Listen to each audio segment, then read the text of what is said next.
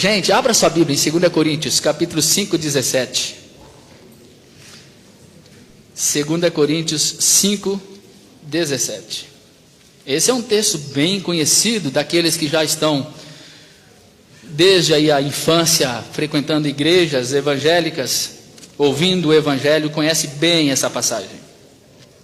Segunda carta de Paulo aos Coríntios, capítulo 5, verso 17. Se você puder, permaneça com sua Bíblia aí aberta depois, caso você a tenha, porque nós vamos meditar nesse versículo até onde for possível, talvez todo. E assim, se alguém está em Cristo, é nova criatura. As coisas antigas já passaram, eis que se fizeram novas. Será que a gente consegue repetir isso? E assim, se alguém está em Cristo, é nova criatura. As coisas antigas já passaram, eis que se fizeram novas. O apóstolo Paulo está falando aqui nessa passagem sobre a nova vida em Cristo. Se alguém está em Cristo, é nova criatura. As coisas antigas passaram, eis que se fizeram novas. Quais são as características dessa nova vida em Cristo? Pois não duvidemos de que muitas pessoas estão enganadas, sinceramente enganadas, com respeito ao que seja essa nova vida em Cristo. E esta passagem, esse único versículo, é muito rico em nos mostrar o que é esta nova vida em Cristo.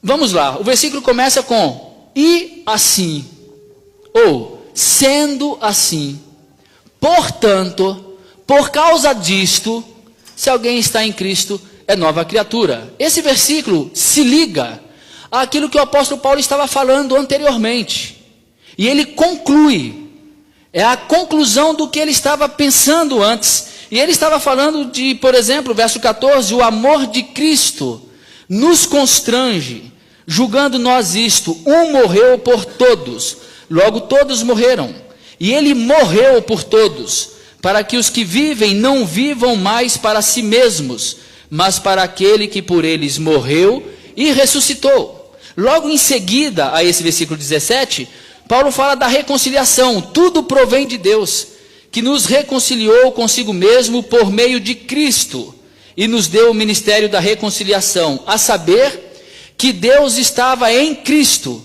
reconciliando consigo o mundo, não imputando aos homens as suas transgressões. E ele diz mais à frente no final: aquele que não conheceu o pecado, está no verso 21, ele o fez pecado por nós, para que nele fôssemos feitos justiça de Deus. E assim, se alguém está em Cristo, é nova criatura. A nova vida em Cristo é garantida pela sua obra na cruz do Calvário. Aquele que morreu e ressuscitou por causa dos nossos pecados. Aquele que morreu e apagou todas as nossas transgressões. Aquele que não era pecado se fez pecado por nós. A nova vida em Cristo, meus irmãos, é garantida pela obra de Jesus. Não há nenhum outro caminho que o ser humano possa fazer para encontrar essa nova vida em Cristo. Ele pode construir todas as pontes que quiser construir. Ele pode criar todas as religiões que ele imaginar criar, e não conseguirá encontrar o caminho da nova vida. Ele pode obedecer a todos os ritos. Você pode esfolar o seu joelho de tanto orar. Você pode dobrar o seu joelho e machucá-lo e sangrar. Você pode martirizar-se. Você pode fazer com que o seu corpo sofra tudo o que ele possa sofrer, a fim de mortificar o pecado em você e tentar construir uma nova vida. E jamais você conseguirá isso pelo esforço próprio. Somente na cruz de Cristo é que nós encontramos o caminho para esta nova existência, para essa nova vida, para sermos novas criaturas. E assim, diz o apóstolo Paulo, tudo está na cruz. É na cruz que se realiza, é na cruz que nós temos a concretização. É na cruz onde tudo foi conquistado. É na cruz que tudo foi concluído, que tudo foi completado. Então Jesus podia dizer: está consumado. Uma vez consumado, uma vez completada, uma vez realizada a obra da nossa salvação, não existe outro caminho a fazer para se encontrar essa nova vida. Você pode tentar obedecer a todos os mandamentos. Você pode tentar ser o mais fiel que você consiga ser pelo seu próprio esforço, obedecendo à lei. E você encontrará a verdade de que os seus melhores atos são trapo de imundície perante Deus. Você encontrará a verdade nua e crua que lança-se contra a sua própria face, de que tudo que você fizer será incapaz de produzir nova vida em você.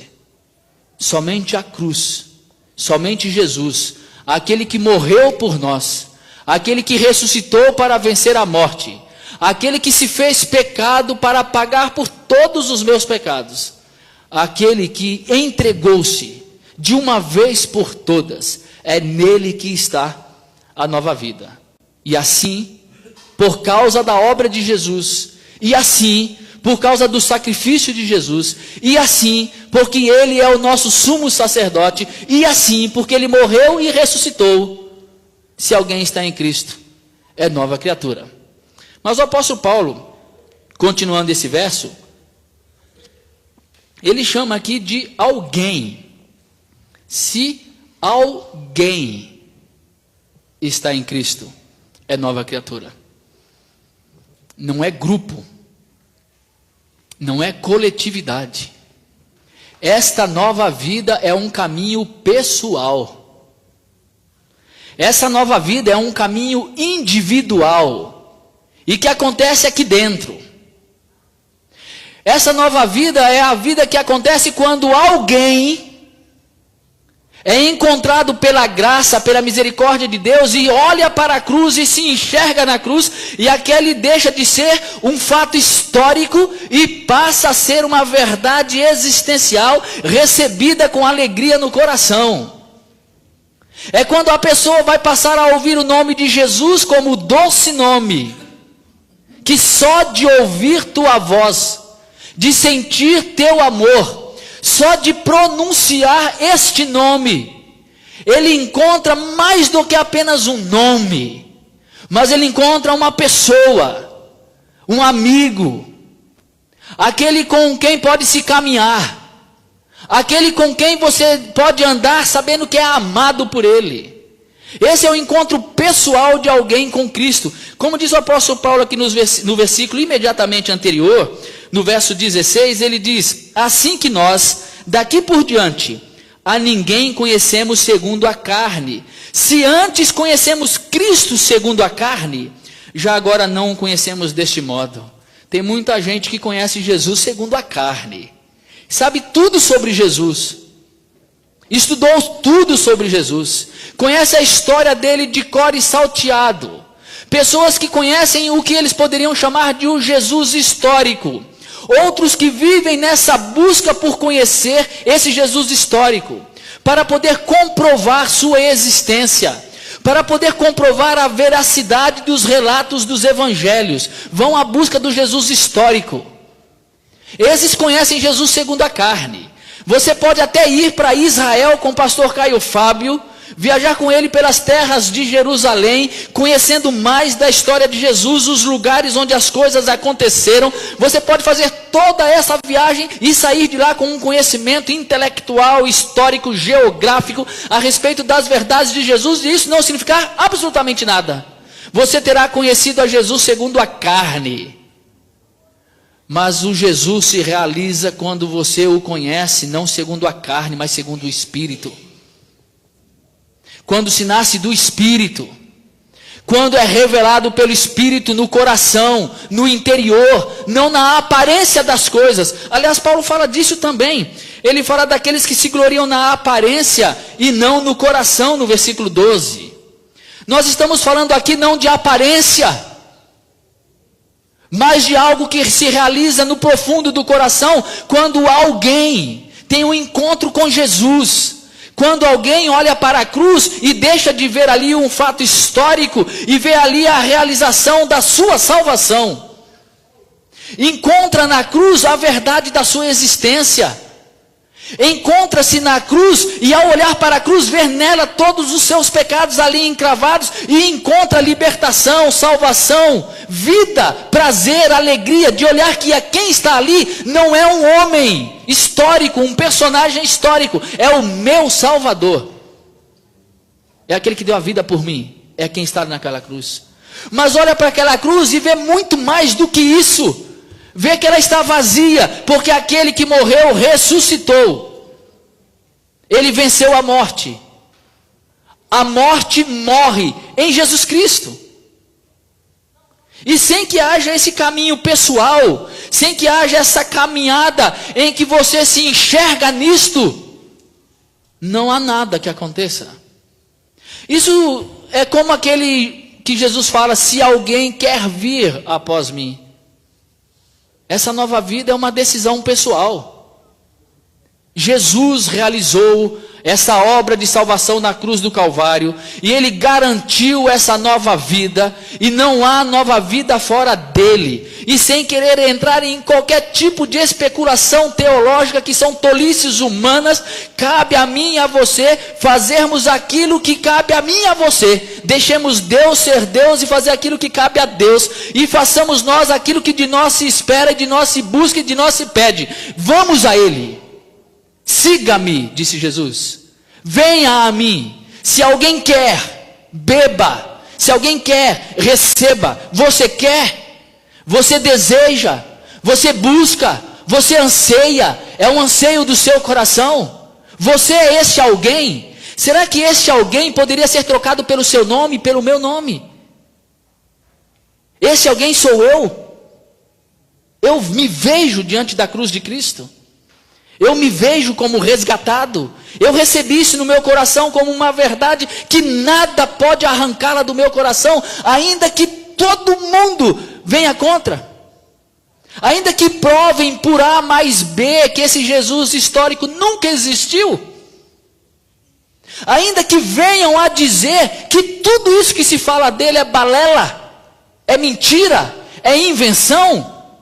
Ah, meu irmão, deixa eu te dizer uma coisa: se a ciência, a história, a geografia provar que Jesus jamais existiu, eu direi a eles que Jesus existe sim, aqui no meu coração.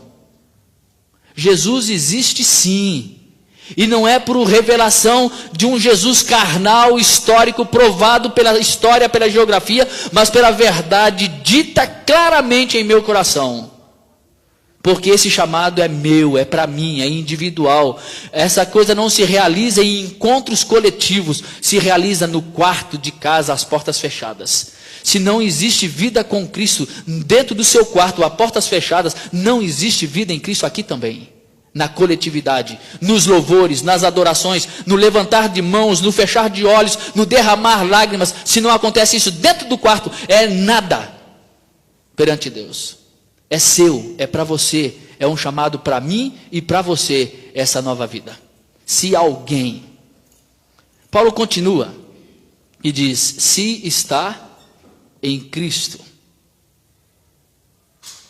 olha para a cruz, onde a salvação se realiza, onde a nova vida se completa e é garantida. Olha para si mesmo, vê-se diante dessa cruz, recebe o chamado para seguir, recebe o convite para andar com Ele. Venha a mim. Aceita-se esse convite com o coração aberto, constrangido. O amor de Cristo nos constrange, diz o apóstolo Paulo aqui. Constrangido pelo amor. Vou porque o ir também é graça. Vou porque Ele me atraiu. E Cristo habita em nós. É estar em Cristo. Se realiza na vida dessa pessoa aquilo que o apóstolo Paulo fala de si mesmo: já não sou eu quem vive, mas é Cristo que vive em mim. E esse viver que eu tenho na carne, vivo pela fé no Filho de Deus que me amou e a si mesmo se entregou por mim. Você observa que essa palavra do apóstolo Paulo tem tudo a ver com isso que estamos falando aqui. Já não sou eu quem vive, Cristo vive em mim. Mas eu continuo vivendo na carne, essa vida que eu vivo aqui no chão da vida. Eu continuo existindo aqui, como homem, como mulher, como pessoa, que caminha e suja os pés pela caminhada, que tem dores, que tem sofrimentos, que tem lutas, que tem quedas. Esse viver que eu vivo na carne, eu vivo pela fé no Filho de Deus, e olha a consciência pessoal da obra de Jesus Cristo, da realidade da cruz, do significado da cruz. Ele diz que me amou. Eu vivo pela fé no Filho de Deus que me amou. Essa nova vida é ser habitado por Cristo. Essa nova vida é viver como amado de Deus. Ele me amou, amou Adailton, amou César, amou José, a Maria. Ele me amou, amou a mim. Você pode dizer isso de você mesmo. Ele me amou. E eu vivo como amado de Deus. Quando a consciência desse amor de Deus invade nossa mente e nosso coração. Quando isso se realiza como vida e não como teoria. Quando isso se realiza não como teologia, não como doutrina, mas como uma realidade existencial que move a minha existência, faz com que as coisas se mudem, se realizem, se transformem em nosso interior, em nosso coração. E vivemos como pessoas amadas, e quando nós vivemos como pessoas amadas, nós temos amor para distribuir e dar a outras pessoas. Vamos falar mais sobre isso um pouco mais à frente. Que me amou.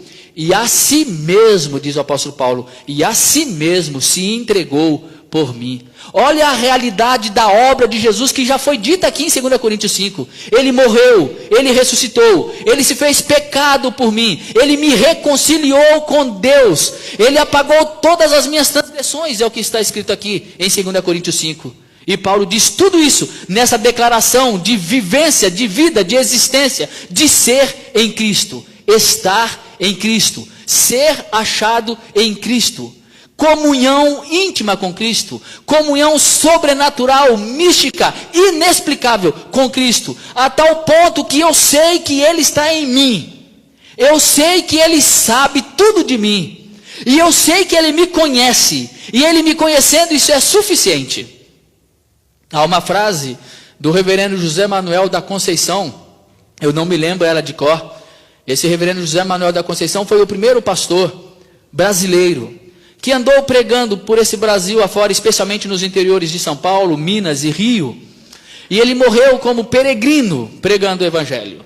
Ele foi apedrejado em muitos lugares, mordido por cachorros que eram colocados em cima dele. Ele sofreu muitas dores por causa da pregação do evangelho. E ao final de sua vida ele diz: o que importa a mim, ó mundo, se tu não me conheces? Tu, Jesus, tu com teu olhar tão profundo, tu me conheces. Tu me conheces. Eu vivo para Ele. Estar em Cristo é saber-se conhecido por Ele, saber-se amado por Ele. Isso é nova vida. Ter Cristo em nós. E Paulo diz, seguindo o texto, é nova criatura. Essa habitação de Cristo em nós cria uma nova pessoa, sem negar o eu, sem negar você como pessoa. Pelo contrário, confirma-se o seu ser, a sua integridade como pessoa, mas nega-se, constrói-se uma nova vida na essência, onde o nosso interior vai sendo mudado, porque há uma mudança, uma transformação, um crescimento de dentro para fora e não de fora para dentro. É nova criatura. Outras versões traduzem por nova criação. É obra de Deus. A nova vida é obra de Deus em nosso coração, não é obra dos homens. É a semente do evangelho que foi plantada no coração, e essa semente plantada no coração não tem como produzir outro fruto que não seja o fruto do evangelho. Ou você pensa que a habitação de Cristo em você, a presença do Espírito Santo em você, a presença do Pai em você, porque Jesus diz que aquele que crê, Ele virá e fará morada, eu virei e farei morada em você, e o meu Pai virá e fará morada em você, e o Espírito Santo fará morada em você. Se o Espírito Santo faz morada em mim, se o Pai faz morada em mim, se o Filho faz morada em mim, se essa semente do Evangelho fez morada em mim, o que é que nós esperamos que seja produzido, a não ser o fruto do Espírito?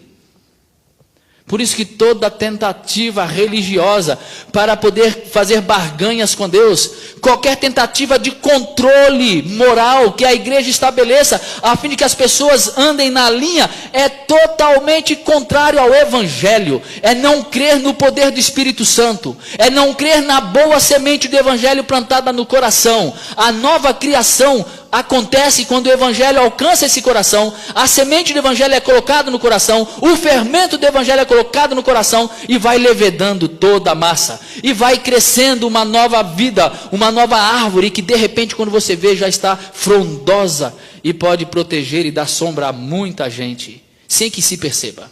Você lembra-se das parábolas?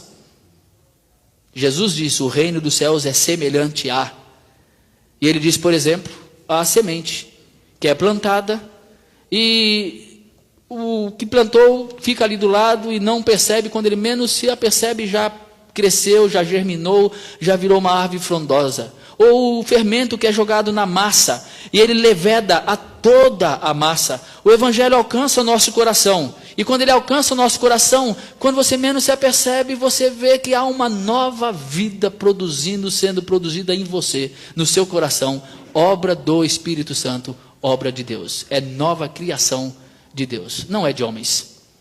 Pode-se tentar produzir, o máximo que nós vamos tentar e conseguir produzir é um monte de soldadinho de chumbo, que fica seguindo a ordens de líderes espirituais, sob cuja cobertura estão, mas nunca a nova vida, que é produzida exclusivamente por Deus. Por isso que ainda, apesar da tentativa de homens que querem produzir tal coisa, apesar deles, o Evangelho continua sendo produzido no coração de uma multidão desavisada, que está sendo aí iludida por esses homens, mas Deus não se limita a nenhum deles, e continua realizando a sua obra. Se está em Cristo é nova criação, as coisas antigas já passaram. A nova vida em Cristo é abandonar o passado. As coisas antigas já passaram. E há uma coisa muito bonita aqui. O tempo verbal que Paulo utilizou. Ele significa, poderíamos traduzir ao pé da letra dizendo, as coisas antigas já passaram de uma vez por todas. Não é que elas vão passando, passaram de uma vez por todas. Não há mais então por que viver debaixo do jugo da culpa. Não há mais por que viver debaixo do medo da maldição. Não há mais por que viver oprimido por causa dos pecados do passado, por causa da rebeldia do passado, por causa das desobediências, por causa dos caminhos errados que trilhou, os caminhos de morte pelos quais andou. Em Cristo, os nossos pecados todos foram lavados, purificados, limpos, resgatados. Fomos reconciliados total e plenamente com Cristo. O velho homem morreu. O passado morreu. As coisas antigas passaram de uma vez por todas em Jesus Cristo. Enquanto nós não entendermos que essa é uma obra do Espírito Santo e não vivermos nisso, crendo nisso como verdade existencial para a minha caminhada diária, eu vou carregar comigo um peso maluco de pecados amarrados às minhas costas, às minhas pernas, que me impedem o caminhar, achando que eu tenho que dar conta de tudo que ficou para trás. Não há nada para dar conta. Jesus já deu conta. As coisas antigas já passaram de uma vez por todas. Por isso, a nova vida em Cristo implica em abandonar o passado também, de uma vez por todas. Qual é a culpa que você deve carregar pelos seus erros do passado? Nenhuma culpa. Porque Ele levou a nossa culpa. Ele nos livrou de toda a culpa. A culpa era nossa, mas Ele levou essa culpa em nosso lugar, para que nós fôssemos libertos totalmente de qualquer culpa. Todos os nossos pecados foram encravados na cruz, e eles foram encravados na cruz e apagados, e a dívida que nós tínhamos foi cancelada. E essa dívida constava de ordenanças, de leis, de regras que nos eram prejudiciais. Jesus Cristo removeu tudo na cruz. E quem é que pode nos acusar por causa dos nossos erros do passado? Ninguém pode nos acusar, nem o diabo, que é nosso acusador, pode nos acusar. Porque em Cristo, quando Ele nos redimiu do pecado, quando Ele cancelou a dívida, quando Ele apagou e removeu todas as ordenanças que eram contra nós, que nos eram prejudiciais, diz-nos o Evangelho que Ele expôs o diabo ao desprezo. As potestades, os principados, foram todos expostos ao desprezo. Meus irmãos, o diabo não tem poder sobre nossa vida, nem mesmo sequer para acusar-nos, porque aquele que está conosco venceu o diabo. Portanto, é simples. Quando a lembrança dos nossos pecados do passado vem sobre nós não precisamos alimentar tais lembranças. Nós apenas as colocamos no lugar certo, que é diante de Cristo. Fazemos o que Ele disse para nós fazermos, irmos a Ele, para alcançarmos socorro em tempo de necessidade. E se tem um tempo de necessidade que nós seres humanos temos, é esse momento em que as culpas do passado são jogadas sobre nós, são lançados em nossa cara, seja pela nossa própria lembrança, seja pela lembrança daqueles outros que nos rodeiam, amigos, familiares e tantos outros, que insistem em lembrar-nos dos nossos erros, dos nossos pecados, que gostam de jogar na nossa cara, que gostam de afrontar, que gostam de chamar de mentiroso, de adúltero, disso, daquilo outro, baseados em coisas que praticamos no passado. Todos os nossos pecados foram lavados na cruz. Então, quando recebemos essa carga pesada sobre nós, de afronta, de pessoas que querem apenas nos acusar, o que fazemos? Tentamos responder? Tentamos provar a eles nossa inocência? Tentamos provar a eles que somos diferentes? Não precisamos nada disso. Nós apenas olhamos para o Mestre e colocamos diante dele toda a nossa ansiedade, porque Ele tem cuidado de nós. Nós nos aproximamos dele e nos lembramos da verdade, que tudo que era antigo se foi. As coisas antigas se passaram de uma vez por todas. Cada um dos meus erros foram lavados na cruz, no sangue do Cordeiro. Por isso eu posso me apresentar diante dele sem mancha, sem mácula, não pelo meu mérito, mas pelo mérito dele. Por isso eu posso orar, por isso eu posso falar com ele. Eu não preciso fugir dele, eu não preciso me distanciar dele por causa dos meus erros. Ao contrário, eu devo me aproximar dele, porque é nele que tudo que é antigo se faz passado, definitivamente. Isso é a nova vida.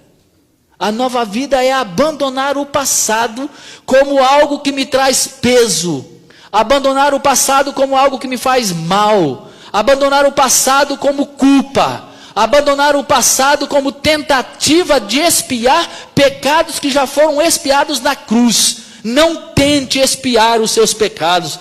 Na melhor das hipóteses, na hipótese de acordo com o Evangelho, apenas procure quem você tiver que procurar, se houver pessoas que você precisa procurar para poder pedir perdão, para poder se reconciliar, para poder resolver alguma pendência. Se você deve a alguém, procure tal pessoa. Mas no que diz respeito à sua comunhão com Deus, à sua existência em Cristo, saiba, tudo está feito, tudo está perdoado, tudo está realizado e não há culpa nenhuma para carregar sobre as costas. Mas agora, observe o que vem em seguida, que é bem diferente do que nós falamos agora. As coisas antigas se passaram, eis que se fizeram novas. E o que é o legal aqui? É que aqui o tempo verbal é diferente. Enquanto no anterior passaram de uma vez por todas, aqui já não é isso. Aqui é se fizeram e continuam sendo feitas novas. O nosso olhar vai sendo moldado, mudado. E isso porque nenhum discípulo de Jesus está pronto nessa caminhada. O nosso fim, o nosso alvo é sermos semelhantes a Cristo. Sermos moldados à imagem de Cristo. E esse moldar-se à imagem de Cristo acontece na caminhada do dia a dia, enquanto nós vamos caminhando com Ele. Enquanto nós vamos vivendo com Ele, aprendendo com Ele, aprendendo dEle, ouvindo dEle. Não apenas ouvindo quando se apenas lê como letra, mas quando se lê como vida. Como se lê como realidade de alguém conversa com o seu mestre e ouve dEle palavras de vida eterna. Quando se caminha com Cristo em intimidade com Ele, em comunhão com Ele, em amizade com Ele, em serviço a Ele, em serviço ao próximo, enquanto vamos caminhando, nossa vida vai se transformando em novidade de vida. A vida nova vai se produzindo na gente. Tudo já passou, mas daqui para frente é uma caminhada com Cristo em que eu me livro de todo o peso que ficou para trás. Mas agora há uma nova vida se descortinando diante de mim, em que os meus olhos vão sendo trabalhados. Interessante é que na vida orgânica, biológica, humana, quanto mais os anos se passam, mais velho se fica. A boa visão vai dando lugar a uma visão turva, a boa audição vai dando lugar à surdez, a força vai dando lugar à fraqueza. Mas na vida, na nova vida em Cristo é o contrário. Quanto mais o tempo se passa, mais novo se fica. E se não é assim, é porque não é a nova vida que se recebeu.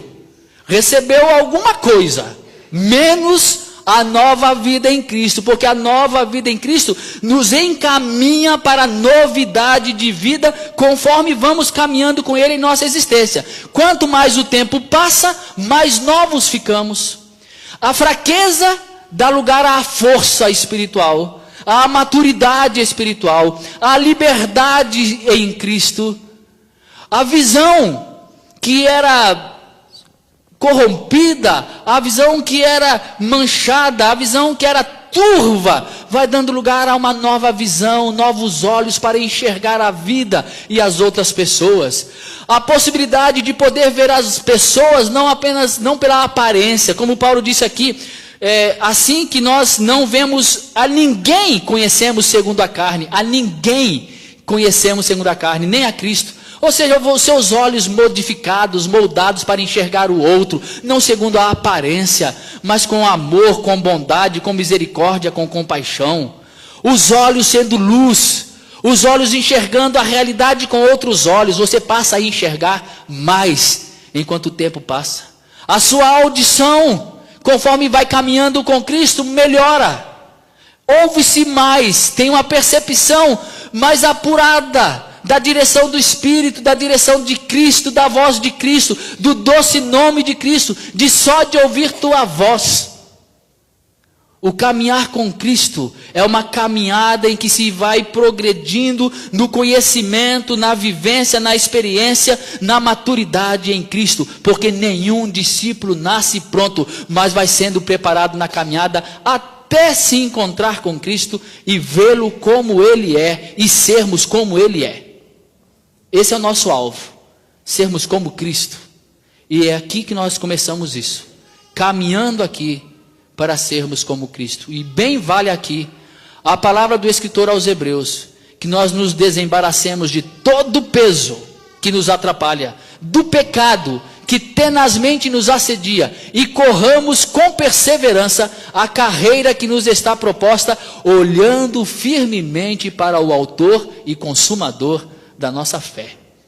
Quando nós caminhamos aqui, olhando para o autor e consumador da fé, o que acontece é uma renovação da nossa vida dia após dia.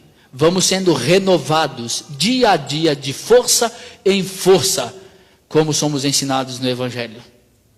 E há uma versão que diz que há coisas novas surgindo. Porque quando nós somos habitados por Cristo e por essa nova vida, coisas novas surgem, coisas que nós nem percebíamos à nossa volta, que passavam batido, a gente começa a perceber.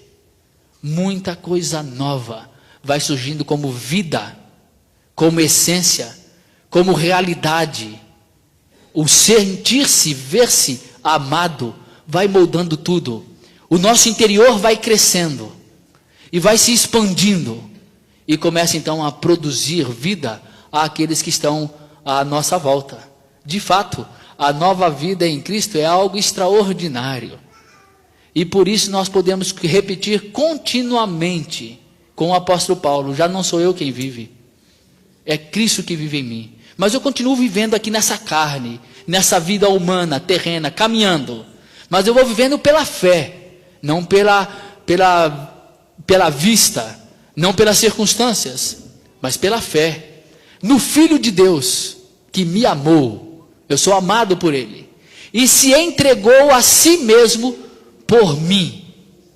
É assim que vou vivendo, e isso é a nova vida.